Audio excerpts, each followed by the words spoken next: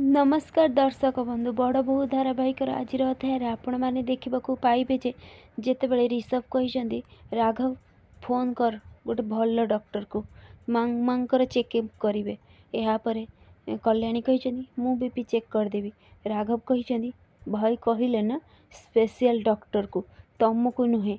यापर से कहते मत कर आसे तुम्हें थे विश्वास करी देख राघव मु बीपी चेक करदेवी कारण तुम्हें मो पाठपढ़ा बंद करदेल ना मुझे विषय करी ना पढ़ी था मु प्रूव कर मु भल डॉक्टर कि नुहे। यापर ऋषभ रागी कहते कल्याणी चुप कर तमें मु कहली ना तुम को तो घर कम तुम करूँ आ तुम डॉक्टरी कौन संभाल। हाँ कौन कहल तुम पाठपढ़ा बंद करदेल आम आरे तुम्हें जदि एमती सेवा कर जदि कहीं काली किसी प्रोब्लेम हम ताहले जेल किए जीव कुह मते। तुम सांगे सांगे मालती कहते मोर आ इच्छा होनी खाइबा लगी मो मुंड कौन हो जाओ मो लगी खीरी कर आण खोआ पकईकी। तो रोहिणी कहते आज्ञा माँ मु सांगे सांगे करके आणुची। तो यापर कल्याणी को कहते मालती तू कहीं छिड़ा होकर रहिलु कल्याणी एठी तू भी जा रोसई घर को जा। तो कल्याणी जाठू सेपटे एपटे कौन होना जिते शांति देवी कहते कुआड़े गला अरे आरु तू कुआड़े गलु एत राति है।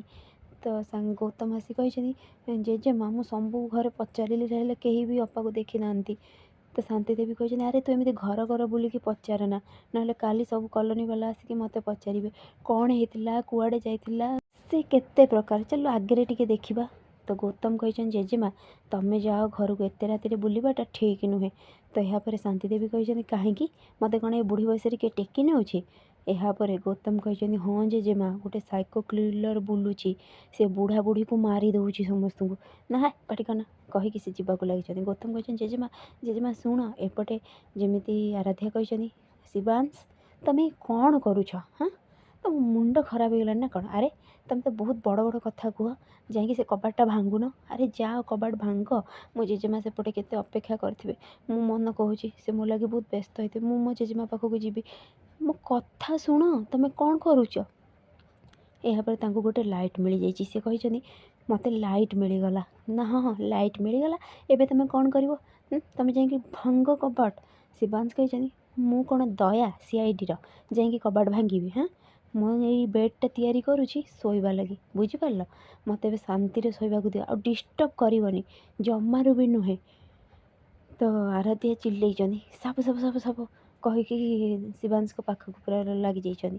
एपटे शिवांश कहते कौन है आराध्या साप कौटी ना कौन है ओ माई गॉड रू तुम शिव शंभु जप करुच ना रे शिव शंभु गलार साप अच्छी ना मनईवा पड़ो ना जदि सी आमको माने चोट मारिदे ताहले। तो कहते तुम जा देख शिवांश। शिवांश कहते अच्छा तुम मत मारे चाहूच से पठाऊच सबुधि तो तुम आगे बाहर तुम कथा भल तुम जाओ। एपटे कौन होना जिते कल्याणी बासन को बाड़ौ तो रोहिणी कहते तू एमती बासन कहीं बाड़ौचु जदि समस्त शुभाजीव ताहले।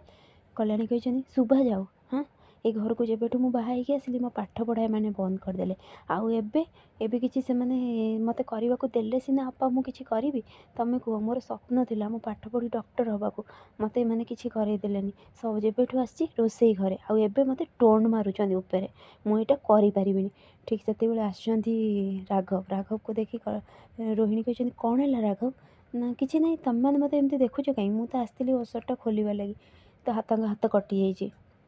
यापर से कहते कल्याणी एमती अनेक छिड़ा हो कौन मो हाथ में टी कौन कर से कौन कर कि पानी आणिक ढाल देते तो सी चिल्लई। कल्याणी कहते कष्ट हो ना भल से कष्ट मत भी एमती कष्ट होता तुम जो मत कहते। फ्रेंड्स आगे केमती अपडेट पाइबा लगी मो चैनल को सब्सक्राइब करूँ। आपण मैंने मो वीडियो भल लगुले मत कमेंट रे कह।